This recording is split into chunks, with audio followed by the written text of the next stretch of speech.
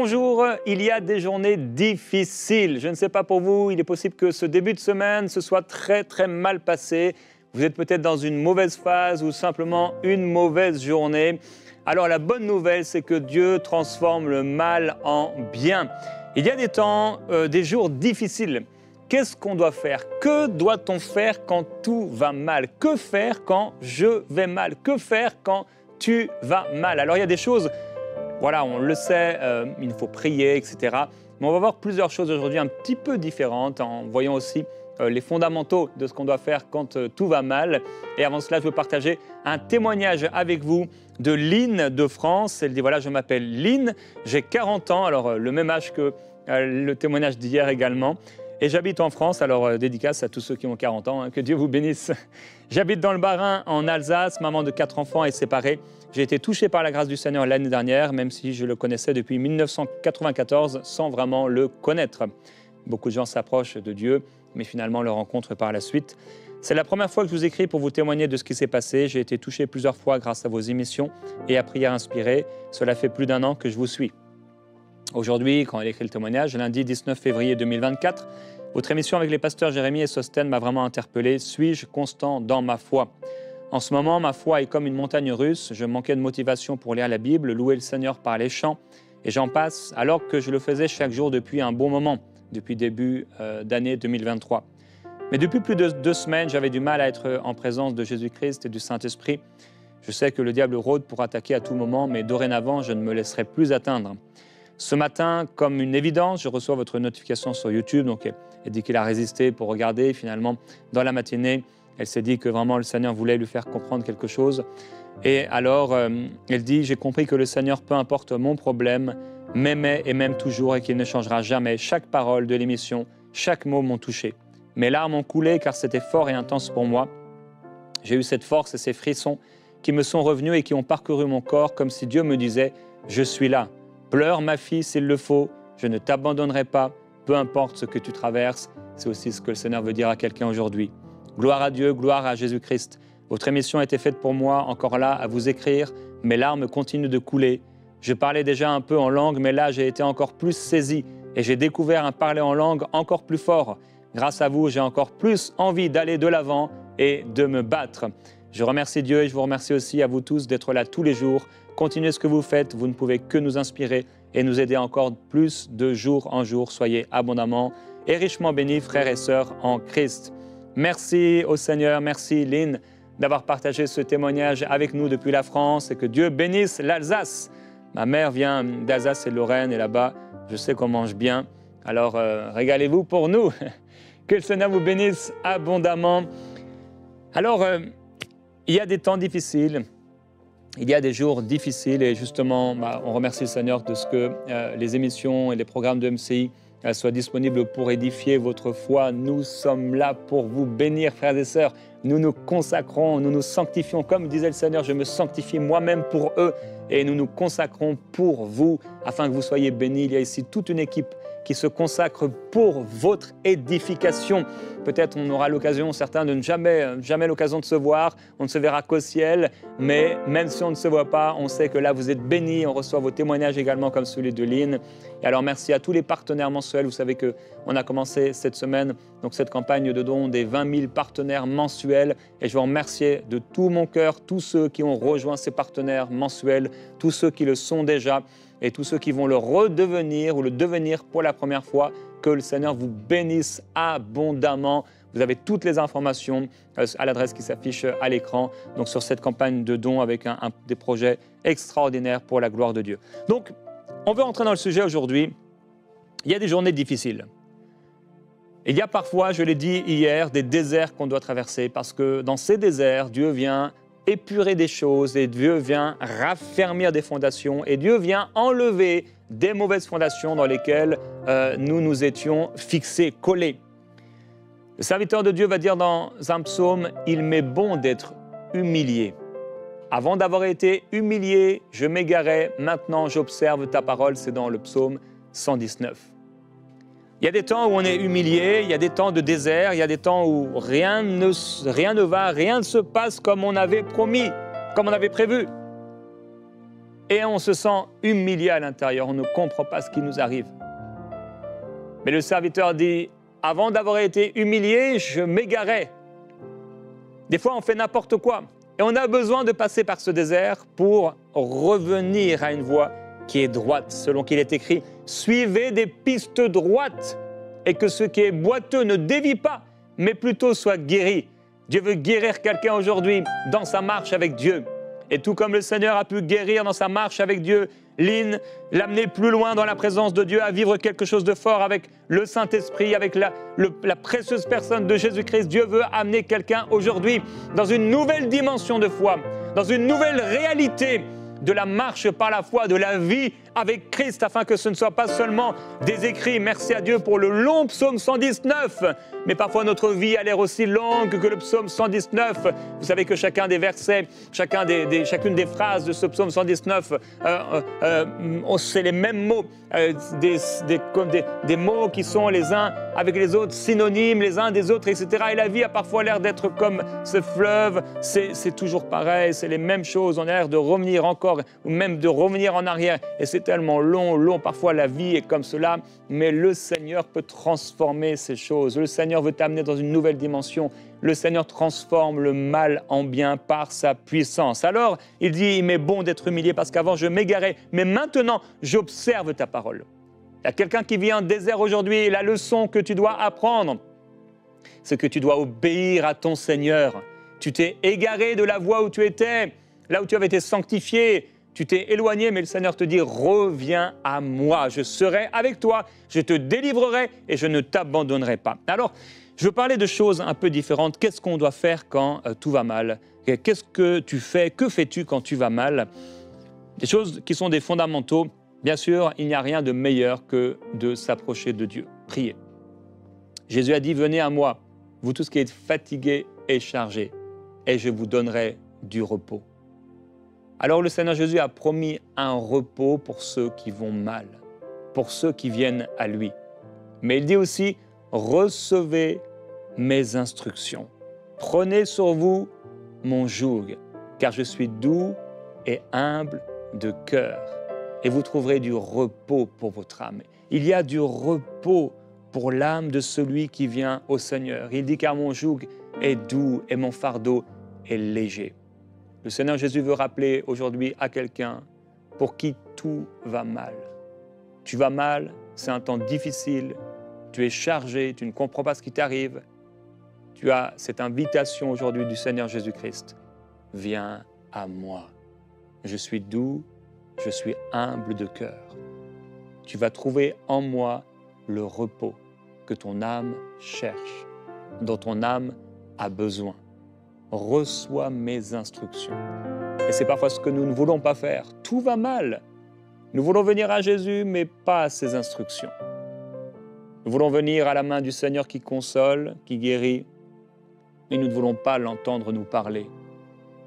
Mais pendant cette semaine, le Seigneur est en train de parler et d'aller exactement là dans le cœur où il y a cette idole, où il y a cette chose qui a pris la place du Seigneur Jésus-Christ. Et le Seigneur ne veut pas seulement te donner sa main qui console et passer sa main qui console sur ton visage et sécher tes larmes, mais le Seigneur a aussi des instructions pour toi. Alors, je crois que la première des choses, bien sûr, quand on ne va pas bien, c'est de passer un temps avec Dieu. Il ne s'agit pas de répéter des paroles, alors que quand on va mal, on n'a souvent pas la force de prier. Quelqu'un dit, mais moi, je vais tellement mal, comment pourrais-je trouver la force de prier? Alors il faut savoir s'approcher du Seigneur Jésus-Christ dans la foi et recevoir de lui sa douceur, sa paix, son amour. Il faut réussir. Vous savez que quand tout va mal, des fois, on ne prend pas le temps pour rester dans la présence de Jésus. Et tu peux, dans ta chambre, te mettre à genoux dès ton réveil ou à genoux dans ton lit et te présenter au Seigneur. Seigneur, je vais tellement mal. J'ai besoin de toi. Je viens à toi. Et là, par la foi, tu reçois cette paix. Par la foi, tu reçois ce repos. Et le Seigneur va te parler, soit au moment même, soit par la suite, le Seigneur te parlera. Deuxième chose qu'il faut faire alors que tu t'approches de Dieu, s'humilier. Il va te falloir t'humilier. Parfois, ce qui nous arrive est la conséquence directe d'un péché ou d'un mauvais choix. Pas toujours, mais parfois c'est le cas. Et le Seigneur dit, humiliez-vous sous la main puissante de Dieu. Parfois, la main du Seigneur a l'air de nous écraser. Mais le but de cette main, le but de cette œuvre du potier, c'est de nous élever au temps convenable. Ce n'est peut-être pas le temps convenable pour quelqu'un aujourd'hui d'être élevé, mais le Seigneur te dit, prends courage, écoute, reçois mes instructions dans un cœur doux et paisible, ce sera pour ton bien. Et il dit, et déchargez-vous sur lui de tous vos soucis, 1 Pierre 5, car lui-même prend soin de vous. Alors quand on va mal, non seulement on va prier, mais on va se décharger. On s'humilie. Seigneur, pardonne-moi. Si j'ai fait du mal, pardonne-moi. Et là, tu te repens pour les choses qui ne vont pas dans ta vie. Tu te repens pour les choses dont tu sais que le Seigneur ne trouve pas ça bien, ne trouve pas ça agréable. Et tu t'humilies. Profite-toi en l'Éternel de tout ton cœur et ne t'appuie pas sur ta sagesse. Mais reconnais-le dans toutes tes voies. Et c'est lui qui aplanira tes sentiers. Alors, dans ce temps où tu t'humilies, tu demandes au Seigneur, mais est-ce qu'il y a quelque chose de mal dans ma vie? Est-ce que j'ai ouvert une porte? Est-ce que ce que je vis, ce que je subis, c'est la conséquence d'un mauvais choix? Je racontais ce matin, j'étais en voiture avec quelqu'un qui m'amenait au centre. Et j'expliquais, je le rappelais, cette histoire que vous connaissez pour la plupart si vous suivez les émissions régulièrement. Lorsqu'on habitait en région parisienne et qu'on a déménagé sans consulter le Seigneur, et bêtement, j'ai déménagé simplement parce que voilà, je ne voulais pas avoir ces 1 heure de route tous les matins. Mais ce n'était pas le plan de Dieu et je ne l'ai pas consulté. Je me suis retrouvé avec des problèmes. Et un jour, j'avais dit, il suffirait que je tombe malade, je serai le 2e job. On n'avait pas de salaire, on n'avait plus d'argent, on avait dû quitter l'appartement qu'on louait avant d'avoir des problèmes pour payer. J'avais eu un problème avec ma voiture, elle était là dans le jardin à me regarder tous les jours, je n'avais pas l'argent pour la réparer. Et là, j'avais dit cette parole, mais il suffirait que je sois malade et je serais le 2e job. Et j'ai pris une insolation, on a été en région parisienne, et ce jour-là, je prends une insolation, et sur le retour, c'était horrible, je suppliais de me jeter dans le fossé, tellement c'était horrible, chaque seconde en voiture. Et le soir, le Seigneur me parle. Ce soir-là, il me montre qu'1 an auparavant, quand j'ai quitté cette maison, ce n'était pas du tout son plan. Et je demande pardon au Seigneur. Seigneur, pardonne-moi. Pardonne-moi, Seigneur, d'avoir fait ce choix sans te demander. C'était un choix important, j'aurais dû te demander. La nuit même, je rêve de la maison dans laquelle on était auparavant. Une personne était dans cette maison et logeait dans cette maison. Alors je contacte le propriétaire qui nous avait gratuitement laissé cette maison. Imaginez quelle folie. Et pour nous, de quitter un endroit gratuit pour se retrouver avec un loyer énorme. Et quand on ne consulte pas Dieu, il peut arriver bien des problèmes. Et alors je pose cette question à la personne, est-ce que la personne a prévu de partir? Et il me répond dès le lendemain, non, pas du tout va très très bien. Et 3 jours plus tard, il m'écrit et me dit, en fait tu avais raison, le rêve s'est avéré vrai, la personne quitte la maison, vous pouvez la reprendre. Dieu nous a restaurés. Et par ce témoignage, Dieu veut encourager quelqu'un aujourd'hui en disant que Dieu peut transformer le mal en bien. Et qu'il y a des situations qui arrivent dans notre vie qui ne sont pas parce que Dieu est méchant ou parce que Dieu a un problème avec nous. Nous-mêmes, on est entrés là-dedans. Nous-mêmes, on est entrés là-dedans. Alors, que faire quand tout va mal? Il faut qu'on s'approche de Dieu. Il faut qu'on s'approche de Dieu, que ce soit par la prière. Il faut qu'on s'approche de Dieu, que ce soit en nous humiliant. On peut s'approcher de Dieu par sa parole. Mais je veux aussi parler de certaines choses qui ne sont pas forcément des choses fondamentales, mais qui peuvent nous aider. Quand tu vas mal, tu peux par exemple, il y a des chants qui élèvent notre âme. Il y a des chants, tu les écoutes et ça te fait du bien. Par exemple, pour ma part, s'il y a des journées où c'est vraiment difficile, je vais prendre des vieux chants. Je ne sais pas si Gordon, tu connais ces chants, mais moi à l'époque, j'écoutais EXO. Et EXO, leur ministère était magnifique, leurs chants et tout ça. Et des fois, quand voilà, là, c'est dur. Si tu entends un chant d'EXO dans mon bureau, c'est que ça ne va pas. Et non, des fois, c'est que ça va bien aussi. Mais parfois, en fait, je reviens à des chants et ça fait du bien à mon âme. Ça élève mon âme. Alors, il y a d'autres chants que ceux d'EXO, mais que Dieu vous bénisse. et vous qui avez participé à ce groupe et écrit ces chants magnifiques et qui servent encore le Seigneur. Je me souviens un moment, j'allais pas bien. Oh oui, parfois Jérémy Souris ne va pas bien, si vous saviez. Et ma grâce suffit, c'est ce que Dieu disait à Paul. Alors, j'ai la grâce chez moi d'avoir une cheminée. Et je me suis fait un feu. Et je crois que c'était... Je me demande si c'était pas même au milieu de la nuit ou un soir très tard. J'allais pas bien et je me suis fait un feu. Et, je sais pas, pour vous, ça vous parle peut-être pas, mais pour moi, c'est quelque chose que mon âme aime. J'aime vraiment ça. Et hier soir encore, j'ai pu me faire un feu. Demain, il va faire moins 25 degrés. Pensez à nous. Et là, j'étais là avec mon feu. Et en fait, ça fait du bien à mon âme. Déjà, il y a eu comme un relâchement. Alors, ce n'est pas ça qui va changer notre situation. Les choses dont je parle ne vont pas changer notre situation, mais elles vont nous mettre dans une certaine disposition de cœur où là, en effet, on peut peut-être prier plus facilement. On peut se donner au Seigneur. Quelqu'un aura besoin d'aller dans la nature marcher et de commencer à regarder tout ce que Dieu a fait. Quelqu'un aura besoin de faire quelque chose qu'elle aime faire. Peut-être quelqu'un a besoin de faire une bonne heure de sport. Après, tu reviens, tu t'es douché, et là, tu sens comme... Et tu le fais en comptant sur le Seigneur. Et tu t'approches du Seigneur. Que faire quand tout va mal? Eh bien, oui, en effet, tu peux te faire un feu, marcher dehors, tu peux faire du sport. Bien sûr, un des moyens, c'est de pouvoir chanter. Que le faible dise « je suis fort ». Tu peux chanter, tu te mets à chanter, mais tu n'as pas envie de chanter. Jérémy, je n'ai pas envie de chanter quand je vais mal. Ah non, c'est sûr, c'est peut-être la dernière chose qu'on a envie de faire. Mais on est des hommes spirituels, on n'est pas charnels. Donc on refuse d'être dominé, écrasé par le « je vais mal ». C'est les émotions qui parlent. Parce qu'en réalité, on a toutes les raisons pour être heureux et être heureux tous les jours de notre vie. Notre nom est inscrit dans le livre de vie. Mon frère, ma sœur, c'est extraordinaire. Cela devrait nous suffire pour être heureux. Alors toutes les autres choses, ça a peu de valeur. Peu de valeur par rapport à cette réalité de Christ en nous, l'espérance de la gloire. Et donc tu peux commencer à chanter là où tu es.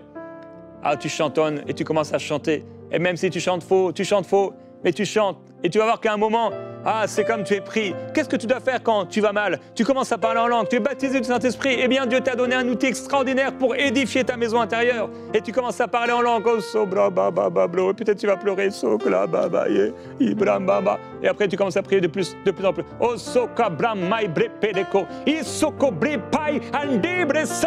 Et voilà, peut-être te mettre à rire et à pleurer dans la présence de Dieu. Et Dieu te relève et te fait du bien. Oh, mon serviteur que j'aime, mon serviteur que je bénis. Tu es le serviteur de ton Dieu et il t'aime. Et il t'amènera peut-être, il leur donnera à un ange de t'apporter un petit gâteau, comme Élie qui n'allait pas bien du tout. Il n'allait pas bien du tout. Et il reçoit ce petit gâteau, il est là dans la dépression, couché. Et oui, les serviteurs de Dieu, tous ceux qui dans la parole, ils ont eu leur temps difficile. Même Jésus dit, oh mon âme est triste jusqu'à la mort. Des temps difficiles, cela arrive. Et qu'est-ce qu'on fait dans ces temps difficiles? Est-ce qu'on va rester là? Est-ce qu'on va rester dans ce lit? Est-ce qu'on va mourir dans ce lit? Non, ne reste pas dans ce lit. Dieu veut parler maintenant à un serviteur de Dieu. Tu es pasteur et depuis longtemps tu es dans cette dépression. Et le Seigneur te libère maintenant et il te parle. Et il te dit qu'il va mettre sur toi un feu et dans ton ministère quelque chose de nouveau et de spécial. Il y a une dépression qui s'est attachée à ton âme et à ton ministère. Des choses qui se sont passées. Le diable a utilisé des personnes dans ton église pour t'amener dans cette dépression. Mais le Seigneur te dit qu'il est avec toi. Il est avec toi et sors de ce lit maintenant. Il y a des habitudes que tu as commencé à prendre. Tu es revenu même à certaines façons de penser, peut-être même de pécher. Mais le Seigneur te dit de revenir à lui. Commence à louer Dieu là dans ta maison. Oh, ta femme ne va pas te reconnaître. Commence à louer le Seigneur là où tu es. Commence à louer Dieu et à mettre en place ce que le Seigneur t'avait dit de mettre en place. On n'a pas voulu que tu mettes en place ces choses dans l'église, mais ces choses devaient être mises en place. C'est là que le diable est venu, parce que tu n'as pas obéi à Dieu. Et c'est là que le diable a trouvé une porte pour t'écraser, pour te nuire et pour te faire du mal. Et depuis ce temps-là, tu as commencé à sombrer dans la dépression. Mais le Seigneur dit, aujourd'hui, c'est terminé. Que cela soit ainsi dans ta vie au nom du Seigneur Jésus-Christ. Alors quelqu'un doit commencer à chanter là où il est. La parole de Dieu dit que le faible dise « Je suis fort ». Qu'est-ce qu'on doit faire quand tout va mal? Eh bien, on doit déclarer la parole. Quand j'ai des temps difficiles, parfois il y a eu des temps difficiles où je ne vais pas bien pendant plusieurs jours. Souvent, il y a quelques années, ça m'arrivait. Oh, souvent. Et des fois, j'allais dans le sous-sol, là, j'allais pas bien. Et des fois, j'étais saisi. Je me disais, ah, c'est pas possible, je peux pas rester comme ça. Je mettais un bon instrumental ou un bon chant bien fort et je commençais à proclamer qui je suis en Jésus-Christ.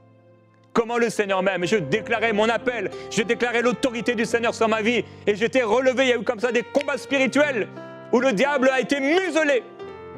Il s'est tu. Que l'Éternel te réprime. Satan, lui qui a porté son choix sur moi. Je suis le choix de Dieu. Je suis appelé par le Seigneur. J'accomplirai tout ce que le Seigneur me demandera de faire. Alors quelqu'un doit sortir de ce grand poisson comme Jonas et sortir de ce grand poisson par la repentance pour revenir au Seigneur par la proclamation de l'appel. Jonas a dit dans le ventre du grand poisson, « Oh, j'accomplirai les vœux que j'ai formulés !» Et le grand poisson a vomi Jonas sur la terre ferme. Et il a pu servir le Seigneur. Malheureusement, son cœur avait encore des problèmes. Mais Dieu te changera et Dieu changera le mal en bien, je le crois. Qu'est-ce qu'on va faire quand on va mal? On peut aussi parler à un ami. Pas un ami qui va nous descendre, pas comme les amis de Job. On peut parler à un pasteur. Des fois, les gens restent comme ça dans leur situation. Pendant longtemps, ils ne parlent pas à leur pasteur. Il y a des gens qui sont là pour vous. Peut-être ce n'est pas un pasteur, peut-être c'est une maman, peut-être c'est quelqu'un que vous avez connu dans l'église et qui vous encourageait toujours. Vous pouvez appeler cette personne. Qu'est-ce qu'on peut faire également? On peut se rappeler des bons moments qu'on a vécus avec le Seigneur, des victoires que le Seigneur nous a données. Et on se rappelle de cela. Pas avec un état pessimiste en disant « Oh Seigneur, avant, voilà, la parole de Dieu nous dit « Ne dis pas que les jours d'autrefois étaient meilleurs que ceux d'aujourd'hui. Cela ne proviendrait pas de la sagesse. Ne regarde pas ton passé pour dire « Oh Seigneur, c'était tellement bien avant, comme le peuple d'Israël en Égypte. » Non, non, tu peux regarder ton passé, Seigneur, merci pour ce que tu as fait hier. Ce que tu as fait hier, tu le feras encore aujourd'hui pour moi, au nom du Seigneur. Alors regarde à ce qui va bien. Regarde à ce qui va bien. Je vais terminer avec ce verset. Dans Deutéronome 28, Dieu dit quand il t'aura béni, quand il t'aura rassasié, quand il t'aura fait prospérer, alors rappelle-toi qu'il t'a fait manger dans le désert la manne inconnue à tes pères, afin de t'humilier et de t'éprouver pour te faire ensuite du bien.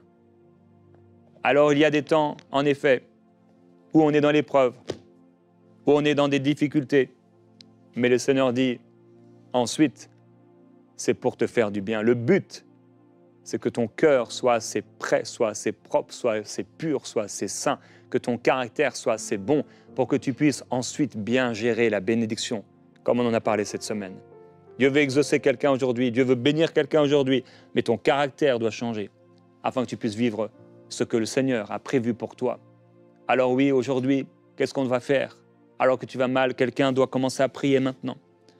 Je t'encourage à fermer les yeux et à te présenter devant le Seigneur et à dire « Seigneur, mon Dieu, je viens à toi. Humblement, je réalise que j'ai besoin de toi et depuis longtemps, ça ne va pas. Je m'appuie sur toi, Seigneur. Je ne sais pas comment faire pour sortir de cette impasse. Il n'y a plus mes émotions, il n'y a plus de joie qui est là. Ta parole m'encourage à prier. Ta parole m'invite à prier. Tu m'invites à m'approcher de toi. Alors je veux m'approcher de toi, Seigneur Jésus-Christ, aujourd'hui. Je m'approche de toi. Pardonne-moi, Seigneur, si j'ai péché. Pardonne-moi si j'ai ouvert des portes à l'ennemi. Pardonne-moi si j'ai été insensé, j'ai pris des décisions hâtives, des décisions stupides. Pardonne-moi si je me suis engagé dans une mauvaise voie. Pardonne-moi si je me suis engagé sans t'en parler. Seigneur, pardonne-moi. Et quelqu'un peut dire comme, Seigneur, tu as relevé à l'époque. Jérémie dans ce témoignage, relève-moi, Seigneur. Donne-moi un rêve. Tu es le Dieu de l'espérance. Tu es le Dieu de toute espérance et de toute joie dans la foi. Alors quelqu'un doit déclarer avec moi, je choisis la foi. Je choisis la foi. Je choisis de mettre mon espérance en Dieu. Je choisis de faire confiance à Dieu. Je choisis la foi et je choisis la joie. Je refuse que ma joie soit volée par l'ennemi maintenant. Et alors que je m'humilie devant le Seigneur, je sais que tu as le meilleur pour moi. Tu as le meilleur pour moi. Seigneur, je m'humilie. Quelqu'un doit se mettre à genoux là où il est. Comme un geste d'humilité. Seigneur, je m'humilie à tes pieds. Je me donne, je m'offre à toi. Tu l'as déjà fait dans les derniers jours, mais Dieu encore t'appelle à t'abandonner, encore. Je m'abandonne à toi, Seigneur. Je me confie en toi. Toi seul peux changer mes émotions. Toi seul peux changer la tristesse de mon âme en joie. Toi seul peux enlever ce manteau de tristesse et de dépression. Il ne vient pas de toi. Même dans le désert, tu veux que ma joie soit complète. Amen. Père, je prie pour mes frères et mes sœurs qui passent par le désert. Ils passent par ce désert affreux et terrible. Mais au milieu de ces déserts, je prie qu'ils te rencontrent. Et je te demande, s'il te plaît, Seigneur, qu'au milieu de ce désert, que ce désert ne soit pas pour eux un sujet, une occasion de chute, mais qu'au milieu de ce désert, ils aient le cœur pour toi, un cœur pour toi, qu'au milieu de cette situation difficile, ils puissent aller chercher l'eau véritable, non pas se creuser des citernes crevassées qui ne retiennent pas l'eau, mais aller puiser dans ta présence, aller puiser en toi l'eau de la vie que toi seul peux donner et qui jaillira dans leur cœur jusque dans la vie éternelle. Je prie pour quelqu'un, Père, qui est régulièrement comme avec un nuage sombre sur sa tête. C'est une oppression, c'est l'ennemi qui fait cela. C'est une œuvre de l'ennemi, ce n'est pas les circonstances autour, mais c'est une œuvre d'oppression de l'ennemi. Car en réalité, les circonstances ne pourraient pas changer, elles pourraient être toutefois remplies de joie et d'espérance.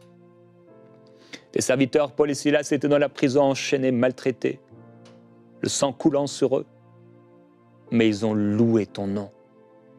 Ils ont glorifié ton nom. Et au milieu de la prison, tu as entendu, non seulement tu as entendu, mais tous les prisonniers ont entendu leur folle louange, leur louange insensée pour l'homme. Parce que quand on va mal, on ne chante pas, mais quand on est dans ton royaume, Seigneur, on peut chanter, on peut louer, on peut t'adorer au milieu même de la tempête. Nous refusons de douter, nous refusons de dire « Oh Seigneur », comme les disciples, « Tu ne vois pas que nous sommes en train de mourir ?» Mais nous voulons te dire « Seigneur, nous t'adorons. Merci parce que quel que soit ce qui se passe aujourd'hui ou demain, je sais que tu es avec moi. Merci parce que quel que soit ce qui se passe, Seigneur, je te louerai encore. Je sais que tu prends soin de moi. Seigneur, je veux te glorifier et te remercier pour ton amour merveilleux. Je veux te louer pour toutes les bonnes choses que tu me donnes. Et Seigneur, je prie aujourd'hui, permets à ton peuple, permets à chacun aussi de comprendre ce que leur âme aime. Ce qui va créer en eux les dispositions qui vont les aider à pouvoir se donner. Parfois, pour quelqu'un, c'est un repas. Ce repas ouvre quelque chose dans son cœur. Toi seul, tu connais les chemins, Seigneur Jésus-Christ, qui vont disposer notre âme. Nous te remercions, Seigneur Jésus-Christ. Nous te glorifions, nous te célébrons. Tu es bon, Seigneur. Alléluia. Dieu veut dire à quelqu'un aujourd'hui, à une épouse, tu vois ton mari depuis longtemps, dans la tristesse. Et justement, cette pensée est pour toi. Fais-lui un bon repas. Un bon repas. Il y a des repas qui ne sont pas seulement des repas physiques. Il y a des repas spirituels. Quand on les mange, comme Élie qui était là, et qui reçoit ce gâteau de l'ange de Dieu, il se rendort et on a l'impression que rien n'a changé. Il se relève et il y a encore à nouveau un gâteau et de l'eau. Il boit et il mange avec la force que lui donnent ces choses. Il marche pendant 40 jours et 40 nuits. Alors que le Seigneur t'inspire aussi, toi qui connais quelqu'un qui souffre. Par tes prières, le Seigneur peut relever cette personne. Par tes actions et par tes œuvres et par l'inspiration du Saint-Esprit que Dieu te donne, Dieu peut relever cette personne.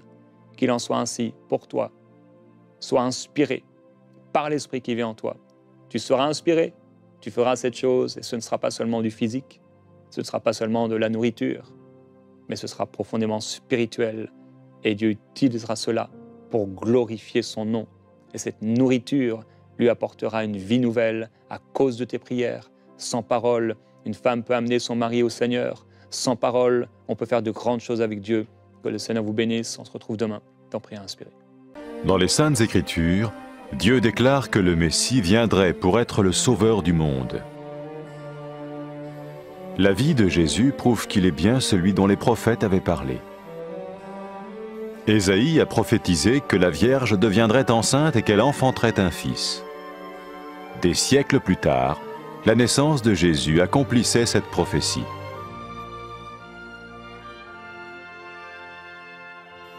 Les Saintes Écritures déclaraient que le saint à naître serait appelé le Fils de Dieu.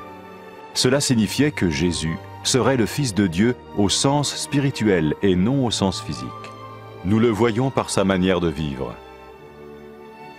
Il a guéri des malades, il a pardonné leurs péchés, les a ramenés à Dieu et leur a promis une place dans le royaume éternel de Dieu. Il s'est offert lui-même en sacrifice pour le péché à leur place. Puis il est revenu à la vie, victorieux sur la mort selon le plan de Dieu. Jésus a dit « Personne ne me prend la vie, mais je la donne de ma propre volonté. » La vie de Jésus n'a pas seulement accompli les écrits des prophètes, mais elle a aussi confirmé la vérité de la sainte parole de Dieu. Les prophètes avaient écrit « Ta parole, ô mon Dieu, est parfaite, elle dure à toujours. » Jésus lui-même a dit « Le ciel et la terre disparaîtront, tandis que mes paroles ne disparaîtront jamais. » Jésus est venu pour nous donner la vie dans toute sa plénitude. Et quand l'homme a désobéi à Dieu dans le jardin d'Éden, il a choisi sa propre voie et ses actions l'ont séparé du Créateur.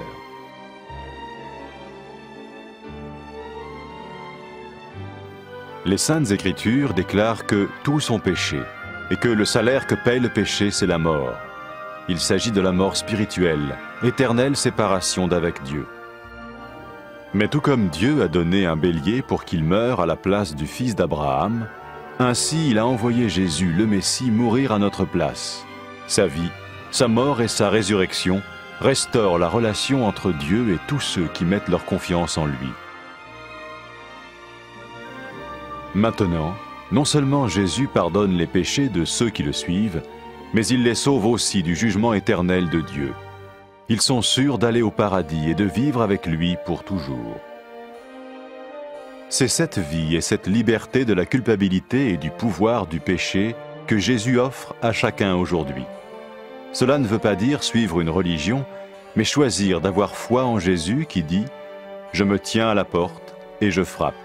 Si quelqu'un entend ma voix et ouvre la porte, j'entrerai chez lui. » Cela veut dire se tourner vers Dieu et croire que Jésus vient dans nos vies pardonner nos péchés et nous rendre tels qu'il veut que nous soyons. Il ne suffit pas d'approuver intellectuellement ce qu'il dit, ni de vivre une expérience émotionnelle. Nous le recevons par grâce, au moyen de la foi, par un acte de notre volonté. Lorsque quelqu'un est prêt à suivre Jésus le Messie, il peut lui parler par une simple prière. Vous sentez un soutien, vous sentez que votre vie n'est pas une vie normale. Vous sentez que vous êtes porté. C'est gratuit. Il ne vous demande rien. Il vous demande juste d'ouvrir votre cœur et d'oser croire en lui. Osez croire. On ne demande ni d'argent. On vous demande pas une souffrance particulière. On vous dit faites confiance et croyez. Essayez. Vous n'avez rien à perdre. Essayez. J'ai essayé. Ça fait plus de 20 ans que je suis dedans. Et je ne repartirai pour rien au monde. Aucun milliard au monde ne me fera changer d'avis et me séparer de lui. Impossible. Donc, osez Jésus avant qu'il soit trop tard. Osez. Ne le faites pas demain. Faites-le maintenant. Et quand la fin de votre vie arrivera, parce qu'elle arrivera pour tout le monde, pour moi et pour les personnes qui me regardent, ou même pour les personnes qui sont derrière cette caméra, au moins vous serez sûr que vous partez avec celui qui vous a donné une nouvelle vie. Cette vie peut commencer maintenant, dès que vous l'acceptez, et cette vie continuera après que la mort soit venue. La mort n'est qu'un passage pour une autre vie beaucoup plus belle. Mais vous avez la possibilité d'oser cette nouvelle vie maintenant, tout de suite. Faites-le maintenant, tout de suite. N'attendez pas demain, ni après-demain. Faites-le maintenant, tout tout de suite. Prenez 1 minute et faites-le. Je vous en prie, vous ne serez pas déçus.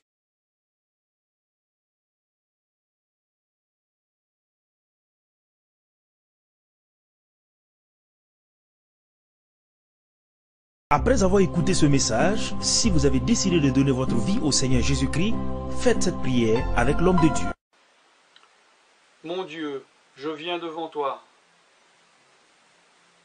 tel que je suis. Je confesse Jésus-Christ comme mon Sauveur et mon Seigneur.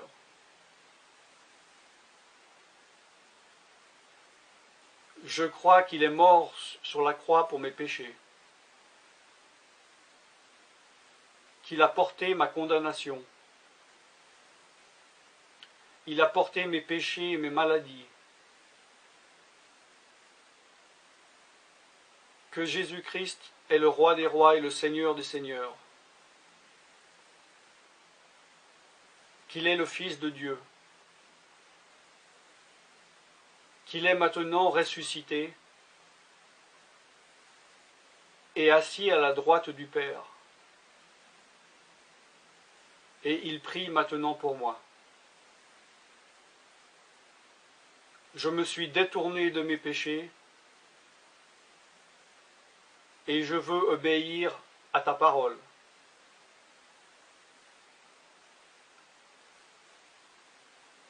Je viens à toi en te demandant, mon Dieu, de me donner ton Esprit Saint.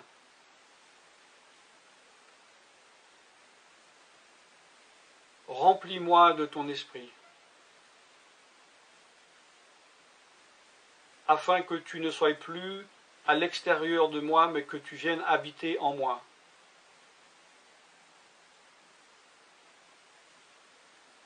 Et que je devienne ton temple. Esprit de Dieu, viens habiter en moi. Purifie-moi, lave-moi, sanctifie-moi, rends-moi pur, transforme-moi à l'image de Dieu. Je te remercie car je crois que tu m'as donné ton esprit, car tu ne mens pas. Et tu as dit dans ta parole que tu donnes à celui qui te demande. Je fais cette prière au nom de Jésus-Christ. Amen.